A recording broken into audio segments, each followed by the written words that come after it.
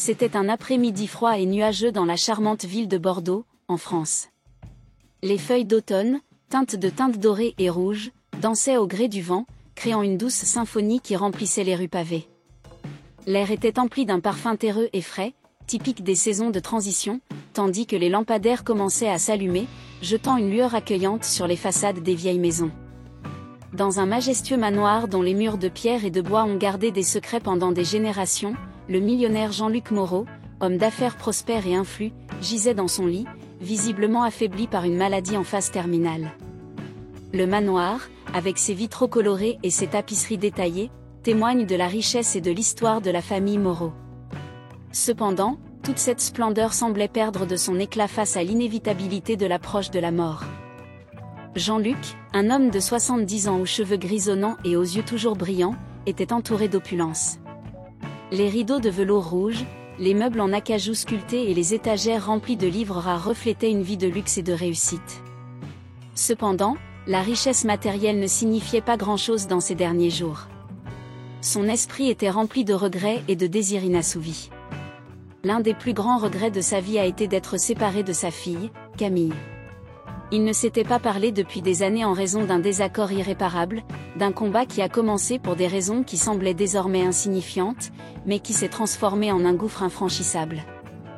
À ses côtés se trouvait Sophie Dubois, une infirmière d'une trentaine d'années connue pour son dévouement et son empathie. Sophie avait été embauchée par la famille Moreau pour s'occuper de Jean-Luc dans ces derniers mois. Au fil du temps, elle a développé une affection particulière pour l'homme âgé, le considérant comme plus qu'un simple patient, elle a vu un homme seul et triste. Ses gestes bienveillants et ses paroles réconfortantes furent d'un réconfort rare pour Jean-Luc, qui s'accrochait à sa présence comme une ancre au milieu de la mer turbulente de ses émotions. Sophie, avec ses cheveux bruns toujours attachés en chignon pratique et ses yeux verts qui respiraient la compassion, était une figure de sérénité dans cet environnement opulent mais mélancolique. Elle écoutait patiemment les histoires de Jean-Luc, ses lamentations et ses souvenirs, essayant d'alléger le poids qu'il portait dans son cœur. Pour elle, chaque instant passé avec lui était une leçon sur la fragilité de la vie et l'importance de valoriser les liens affectifs. Cet après-midi-là, Jean-Luc ressentit un pincement au désespoir et à la solitude.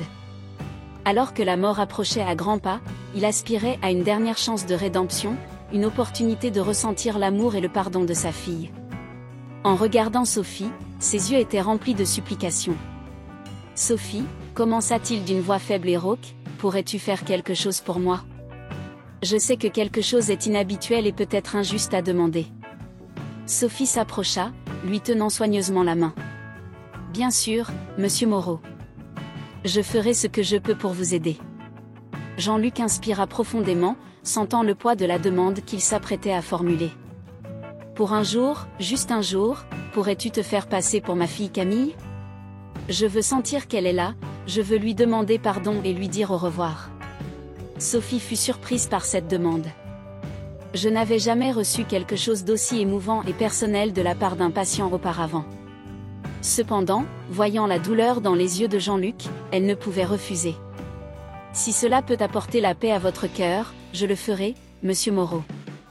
Le lendemain matin, Sophie s'habilla simplement, se souvenant des quelques descriptions que Jean-Luc lui avait faites sur Camille. Elle entra dans sa chambre, où Jean-Luc était réveillé, l'air un peu mieux quand il la vit. « Camille » murmure Jean-Luc, les yeux brillants de larmes. « Ma fille, tu es là. » Sophie sentit une boule dans sa gorge, mais elle sourit doucement en lui tenant la main. « Oui papa. Je suis là. » La journée s'est déroulée avec Sophie jouant le rôle de Camille, écoutant des histoires de l'enfance de Camille et des moments que Jean-Luc chérissait. Il s'est excusé, a pleuré et ri.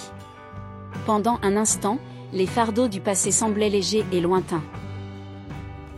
Dans l'après-midi, alors que Jean-Luc somnolait, la porte de la chambre s'ouvrit de façon inattendue. L'épouse de Jean-Luc, Madeleine Moreau, est entrée avec un air sérieux, accompagnée d'un avocat. Sophie fut immédiatement inquiète, sentant que quelque chose d'important allait se produire. Madeleine, femme élégante et froide, regardait Jean-Luc avec un mélange de tristesse et de détermination. « Jean-Luc, il est temps de discuter de ton testament, » dit-elle sans détour. Jean-Luc s'est réveillé avec la voix de Madeleine et ses yeux se sont agrandis en apercevant l'avocat. « Madeleine, que se passe-t-il? L'avocat, un homme sérieux et professionnel, ouvrit un dossier et commença à parler. Monsieur Moreau, nous sommes ici pour discuter de vos dernières volontés et du testament que vous avez préparé. Jean-Luc regarda Sophie, qui lui tenait toujours la main, puis Madeleine. Camille, je veux que Camille reste. Madeleine fronça les sourcils, confuse. Camille? Jean-Luc, qu'est-ce que tu dis? Camille n'est pas venue ici depuis des années. Jean-Luc essaya de s'expliquer, mais sa voix se cassait.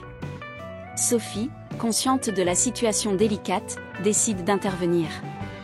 Monsieur Moreau, il vaudrait peut-être mieux parler plus tard, quand vous serez plus reposé. Madeleine regarda Sophie avec méfiance. Et qui êtes-vous? Sophie hésita avant de répondre. Je m'appelle Sophie Dubois, l'infirmière de Monsieur Moreau. L'expression de Madeleine se changea en un mélange de compréhension et d'irritation. Alors tu n'es pas Camille. Jean-Luc, qu'as-tu fait? Jean-Luc, pleinement réveillé et conscient de la fragilité de sa situation, se met à pleurer. Je voulais juste voir ma fille une dernière fois. Madeleine, même si elle paraissait implacable, montra une brève expression de compassion avant de se tourner vers l'avocat. Réglons ça une fois pour toutes. L'avocat commença à lire le testament, détaillant la répartition des vastes biens de Jean-Luc.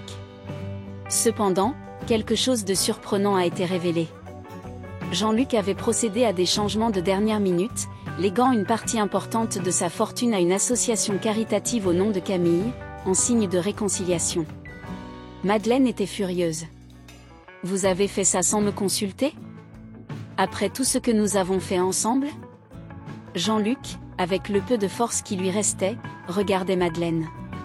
C'était ce que mon cœur me disait de faire. C'est mon dernier souhait. L'avocat continua sa lecture, tandis que Sophie regardait en silence, réalisant à quel point ce moment était complexe et douloureux pour tout le monde.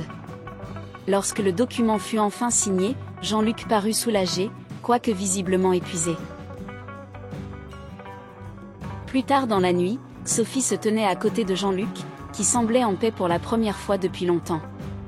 Il lui prit la main et murmura « Merci, Sophie. Vous m'avez offert le plus beau cadeau que je pouvais demander. » Sophie sourit, les larmes aux yeux. « Ce fut un honneur, Monsieur Moreau. Repose-toi maintenant. » Jean-Luc ferma les yeux, un doux sourire aux lèvres, et peu de temps après, il décéda, laissant derrière lui une vie remplie de réussite, de regrets, finalement, de rédemption. La nouvelle du décès de Jean-Luc se répandit rapidement dans tout Bordeaux et les funérailles furent un grand événement, à l'image de l'importance de l'homme qu'il était. Camille, qui avait été localisée par Sophie, a assisté aux funérailles et pour la première fois depuis de nombreuses années, il y a eu une réconciliation entre la mère et la fille, unies par l'héritage et les dernières actions de Jean-Luc. Ainsi, l'histoire d'un millionnaire malade qui a trouvé la paix en prétendant, ne serait-ce que pour un bref instant, que sa fille était à ses côtés, a laissé une profonde marque dans la vie de ceux qui l'a touchée. Sophie a poursuivi sa carrière d'infirmière, se souvenant toujours de ce jour spécial et de la leçon qu'elle a apprise sur l'amour, le pardon et le pouvoir d'un dernier souhait. Aidez-nous à atteindre l'objectif d'1 millier d'abonnés, abonnez-vous, cela nous motive à apporter plus d'histoires comme celle-ci.